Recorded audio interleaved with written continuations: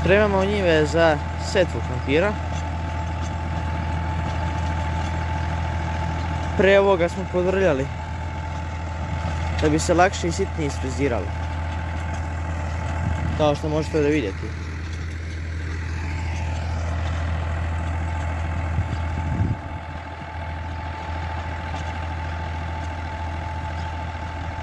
U pitanju ide prvom sporom.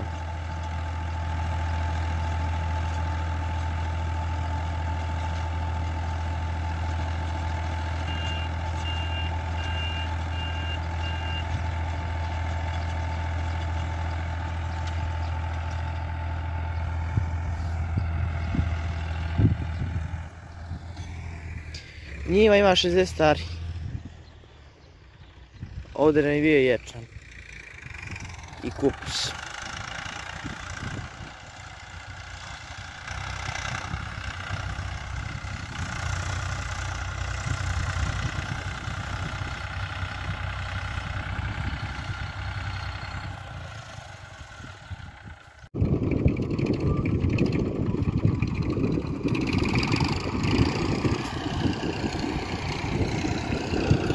Da zabrazdimo ovdje pa ću ja poslije dole. A on će tamo da frizira za krompir. I ovdje će također da bude krompir, samo što će ovo dole. Ovo je spanać gdje smo vukli đubre. Ajde, to idemo sad sa Fergusonom.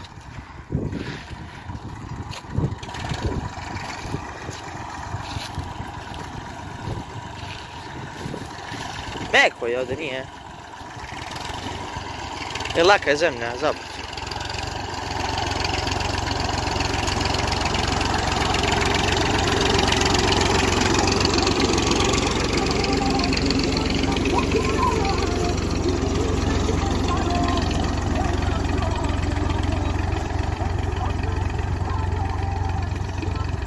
Nastavljamo dalje sa pozdravima.